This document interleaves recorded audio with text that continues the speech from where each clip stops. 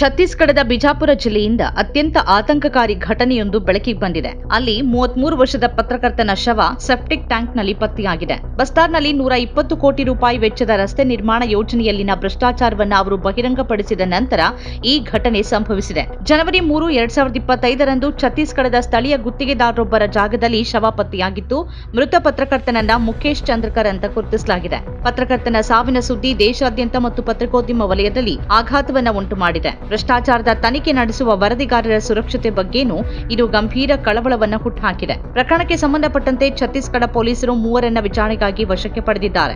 ಆದರೆ ಪೊಲೀಸರು ಅವರ ಹೆಸರನ್ನ ಬಹಿರಂಗಪಡಿಸಿಲ್ಲ ಮತ್ತು ವಿವರಗಳನ್ನ ನಂತರ ಬಹಿರಂಗಪಡಿಸಲಾಗುತ್ತೆ ಅಂತ ಹೇಳಿದ್ದಾರೆ. ಘಟನೆ ಕುರಿತು ಬಿಜಾಪುರ ಪೊಲೀಸ್ ಅಧೀಕ್ಷಕ ಜಿತೇಂದ್ರ ಯಾದವ್ ಪ್ರತಿಕ್ರಿಯಿಸಿದ್ದಾರೆ. ಸಂಜೆ 5 ಗಂಟೆಗೆ ಮುಖೇಶ್ ಅವರ ದೇಹವನ್ನ ಸೆಪ್ಟಿಕ್ ಟ್ಯಾಂಕ್ನಿಂದ ಹೊರತೆಗೆಯಲಾಯಿತು. ಗುತ್ತಿಗೆದಾರರ ನೌಕರರು ಆವರಣದಲ್ಲಿ ವಾಸ ಮಾಡುತ್ತಿದ್ರು.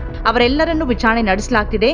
ಮುಖೇಶ್ ಅವರ ಸಾವಿಗೂ ಅವರ ಇತ್ತೀಚಿನ ಯಾವುದೇ ವರದಿಗೂ ಸಂಬಂಧ ಇದೆಯಾ ಅಂತ ನಾವು ತನಿಖೆ ನಡೆಸಿದ್ದೇವೆ. ಆರೋಪಿಗಳನ್ನ ಶೀಘ್ರವೇ ಬಂಧಿಸಲಾಗುತ್ತೆ ಅಂತ ಹೇಳಿದ್ದಾರೆ. ಮುಖೇಶ್ನ ಮೊಬೈಲ್ ಲೊಕೇಶನ್ ಅನ್ನು ಅಧಿಕಾರಿಗಳು ಟ್ರ್ಯಾಕ್ ಮಾಡಿದ ನಂತರ ಅವರ ಮೃತದೇಹ ಪತ್ತೆಯಾಗಿದೆ ಅಂತ ಪೊಲೀಸರು ತಿಳಿಸಿದ್ದಾರೆ. ಅವರ ಮೊಬೈಲ್ನ ಕೊನೆಯ ಲೊಕೇಶನ್ ಗುತ್ತಿಗೆದಾರರ ಜಾಗದಲ್ಲಿ ನಿರ್ಮಿಸಿದ ಕಾಂಪೌಂಡ್ ಎನ್ನಲಾಗಿದೆ. ಶವ ಪತ್ತೆಯಾದ ಸೆಪ್ಟಿಕ್ ಟ್ಯಾಂಕ್ ಅನ್ನ ಹೊಸದಾಗಿ ಕಾಂಕ್ರೀಟ್ ಚಪ್ಪಡಿಯಿಂದ ಮುಚ್ಚಲಾಗಿತ್ತು ಅಂತ ರಾಯ್ಪುರದ ಹಿರಿಯ ಪತ್ರಕರ್ತ ಸುನೀಲ್ ಕುಮಾರ್ ಮಾಹಿತಿ ನೀಡಿದ್ರು. ಈ ಮಾಹಿತಿ ಪೊಲೀಸರಲ್ಲಿ ಅನುಮಾನವನ್ನ ಹುಟ್ಟುಹಾಕಿಸಿತ್ತು. ಇದರ ಬೆನ್ನಲ್ಲೇ ವಿಧಿವಿಜ್ಞಾನ ತಜ್ಞರ ತಂಡವನ್ನು ಸ್ಥಳಕ್ಕೆ ಕರೆಸಿ ತನಿಖೆ ನಡೆಸಲಾಗಿತ್ತು. ತನಿಖೆ ಮುಂದುವರೆದಿದೆ. ಯಾರು ಈ ಮುಖೇಶ್ ಚಂದ್ರಕರ್? ಮುಖೇಶ್ ಚಂದ್ರಕರ್ ಅವರು 1.61 ಲಕ್ಷ ಚಂದಾದಾರರನ್ನ ಹೊಂದಿರುವ ಬಸ್ತಾರ್ ಜಂಕ್ಷನ್ ಹೆಸರಿನ ಯೂಟ್ಯೂಬ್ ಚಾನೆಲ್ ಅನ್ನ ನಡೆಸ್ತಾ ಇದ್ರು. ಅವರ ಚಾನೆಲ್ ಬುಡಕಟ್ಟು ಸಮುದಾಯದ ಮೇಲೆ ಪರಿಣಾಮ ಬೀರುವ ಸಮಸ್ಯೆಗಳು ಮತ್ತು ನಕ್ಸಲ್ ಪಡೆಗಳೊಂದಿಗೆ ಪ್ರದೇಶದ ಸಂಘರ್ಷವನ್ನ ಕೇಂದ್ರೀಕರಿಸಿದೆ.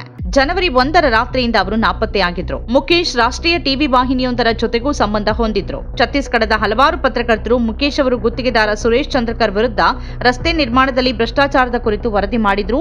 ಇದು ಹತ್ಯೆ ಹಿಂದಿನ ಕಾರಣ ಆಗಿರಬಹುದು ಅಂತ ಆರೋಪಿಸಿದ್ದಾರೆ. ಸೆಪ್ಟಿಕ್ ಟ್ಯಾಂಕ್ನಿಂದ ಮೃತದೇಹ ಪತ್ತೆಯಾಗಿರುವ ದೃಶ್ಯಗಳು ಸಾಮಾಜಿಕ ಜಾಲತಾಣಗಳಲ್ಲಿ ಹರಿದಾಡ್ತಿವೆ. ಯೂಟ್ಯೂಬ್ ಮಾರ್ಗಸೂಚಿಗಳು ಮತ್ತು ಚಿತ್ರಗಳ ಭೀಕರತೆಯನ್ನ ಗಮನದಲ್ಲಿಟ್ಟುಕೊಂಡು ಅದನ್ನ ಇಲ್ಲಿ ತೋರಿಸಲಾಗುವುದಿಲ್ಲ. ಮುಖೇಶ್ ದೇಹದ ತಲೆ ಮತ್ತು ಬೆನ್ನಿನ ಭಾಗಕ್ಕೆ ಗಾಯಗಳಾಗಿವೆ. ಅವರ ಬಟ್ಟೆಯ ಸಹಾಯದಿಂದ ಅವರನ್ನು ಗುರುತಿಸಲಾಗಿದೆ.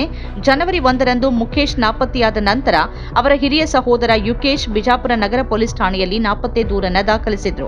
ದೂರಿನ ನಂತರ ಬಿಜಾಪುರ ಪೊಲೀಸ್ ವರಿಷ್ಠಾಧಿಕಾರಿ ತಂಡವನ್ನು ರಚಿಸಿ ತನಿಖೆಯನ್ನ ಆರಂಭಿಸಿದ್ರು.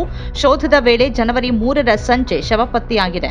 ಇತ್ತೀಚೆಗಷ್ಟೇ ಮುಖೇಶ್ ಅವರು ಸತತವಾಗಿ ತನಿಖಾ ವರದಿಗಳನ್ನು ಪ್ರಕಟ ಮಾಡ್ತಿದ್ದರಿಂದ ಸಾವಿನ ಹಿಂದೆ ಅನುಮಾನಗಳು ಹೆಚ್ಚಿವೆ. ಆ ತನಿಖಾ ವರದಿಯಲ್ಲಿ ಏನಿತ್ತು? ಬಸ್ತಾರ್ನಲ್ಲಿ 120 ಕೋಟಿ ರೂಪಾಯಿ ವೆಚ್ಚದ ರಸ್ತೆ ನಿರ್ಮಾಣ ಯೋಜನೆಯಲ್ಲಿನ ಭ್ರಷ್ಟಾಚಾರವನ್ನ ಮುಖೇಶ್ ತಮ್ಮ ತನಿಖಾ ವರದಿಯಲ್ಲಿ ಬಹಿರಂಗಪಡಿಸಿದ್ರು. ಮುಖೇಶ್ ಚಂದ್ರಕರ್ ಎನ್ಡಿಟಿವಿ ಸೇರಿದಂತೆ ಹಲವಾರು ಸುದ್ದಿವಾಹಿನಿಗಳಿಗೆ ಈ ಹಿಂದೆ ವರದಿ ಮಾಡಿದ್ದಾರೆ. ಈ ವರದಿಯ ಪ್ರಕಾರ ಬಿಜಾಪುರದ ಗಂಗಲೂರಿನಿಂದ ನೆಲ್ಸ್ನಾರ್ ವರೆಗೆ ನಿರ್ಮಿಸುತ್ತಿರುವ ರಸ್ತೆ ಕಾಮಗಾರಿಯಲ್ಲಿ ಭ್ರಷ್ಟಾಚಾರ ನಡೆದಿದೆ. ಕೇವಲ 1 ಕಿಲೋಮೀಟರ್ ವ್ಯಾಪ್ತಿಯಲ್ಲಿ ಸುಮಾರು 35 ಗುಂಡಿಗಳು ಇವೆ ಅಂತ ವರದಿ ಹೇಳಿದೆ. ಇದಲ್ಲದೆ ರಸ್ತೆ ನಿರ್ಮಾಣದಲ್ಲಿ ಬಳಸಲಾದ ವಸ್ತುಗಳ ಗುಣಮಟ್ಟವೂ ಅತ್ಯಂತ ಕಳಪೆ ಅಂತ ಹೇಳಲಾಗಿದೆ. ಈ ವರದಿ ಪ್ರಕಟವಾದ ನಂತರ ಸರ್ಕಾರ ಈ ಪ್ರದೇಶದಲ್ಲಿ ಗುತ್ತಿಗೆದಾರರ ಲಾಭಿಯ ಚಟುವಟಿಕೆಗಳ ಬಗ್ಗೆ ತನಿಖೆಗೆ ಆದೇಶಿಸಿತ್ತು. ಈ ಬಗ್ಗೆ ತನಿಖೆ ನಡೆಸೋಕೆ ಜಗದಲ್ಪುರ ಲೋಕೋಪಯೋಗಿ ಇಲಾಖೆ ತನಿಖಾ ಸಮಿತಿಯನ್ನ ರಚಿಸಿದೆ. ಈ ಘಟನೆ ನಂತರ ಕಾಂಗ್ರೆಸ್ ಮತ್ತು ಬಿಜೆಪಿ ನಡುವೆ ಮಾತಿನ ಚಕಮಕಿ ನಡೆದಿದೆ. ಸುಖೇಶ್ ಚಂದ್ರಕರ್ ಅವರು ರಾಜ್ಯ ಕಾಂಗ್ರೆಸ್ ಅಧ್ಯಕ್ಷ ದೀಪಕ್ ಬೈಜ್ ಅವರ ಆಪ್ತರಾಗಿದ್ರು ಅಂತ ಬಿಜೆಪಿ ಶನಿವಾರ ಆರೋಪಿಸಿದೆ. ಚಂದ್ರಕರ್ ಅವರೊಂದಿಗೆ ಬೈಜ್ ಅವರ ಚಿತ್ರಗಳನ್ನು ಕೂಡ ಬಿಜೆಪಿ ಪೋಸ್ಟ್ ಮಾಡಿದೆ. ಸುರೇಶ್ ಅವರಿಗೆ ಕಾಂಗ್ರೆಸ್ ಪಕ್ಷದ ಎಸ್ಸಿ ಮೋರ್ಚಾದ ರಾಜ್ಯ ಕಾರ್ಯದರ್ಶಿ ಹುದ್ದೆಯನ್ನ ನೀಡಿ ಗೌರವಿಸಿದವರು ದೀಪಕ್ ಬೈಜ್. ಕಾಂಗ್ರೆಸ್ನ ಮೊಹಬ್ಬತ್ ಕಿ ದುಕಾನ್ನ ಎಲ್ಲ ಮಾರಾಟಗಾರರು ಅಪರಾಧಿಗಳು ಅಂತ ಬಿಜೆಪಿಯ ಛತ್ತೀಸ್ಗಢದ ಘಟಕ ಎಕ್ಸ್ನಲ್ಲಿ ಆರೋಪಿಸಿದೆ. ಬಿಜೆಪಿ ಆರೋಪಕ್ಕೆ ಕಾಂಗ್ರೆಸ್ ತಿರುಗೇಟನ್ನ ನೀಡಿದೆ. ಛತ್ತೀಸ್ಗಢದಲ್ಲಿ ಬಿಜೆಪಿಯ ಜಂಗಲ್ ರಾಜ್ ಇದೆ. ಬಿಜೆಪಿಯ ಜಂಗಲ್ ರಾಜ್ನಲ್ಲಿ ಯಾರೂ ಸುರಕ್ಷಿತವಾಗಿಲ್ಲ. ಕಾನೂನು ಸುವ್ಯವಸ್ಥೆ ಸಂಪೂರ್ಣ ಹಾಳಾಗಿದೆ. ಮಾಧ್ಯಮಗಳು ಈ ಸುದ್ದಿಯನ್ನ ತೋರಿಸಿ ಬಿಜೆಪಿ ಸರ್ಕಾರವನ್ನ ಪ್ರಶ್ನೆ ಮಾಡುತ್ತೆ ಅಂತ ನಾವು ನಿರೀಕ್ಷೆ ಮಾಡುವುದಿಲ್ಲ. ಯಾಕಂದ್ರೆ ಮಾಧ್ಯಮಗಳಲ್ಲಿ ಸಬ್ ಚಂಗಾಸಿ ಮೋಡ್ ಆನ್ ಆಗಿದೆ. ಈ ಪ್ರಕರಣದಲ್ಲಿ ಕಟ್ಟುನಿಟ್ಟಿನ ಕ್ರಮ ಕೈಗೊಳ್ಳಬೇಕು ಅಂತ ಆಗ್ರಹಿಸುತ್ತೇವೆ.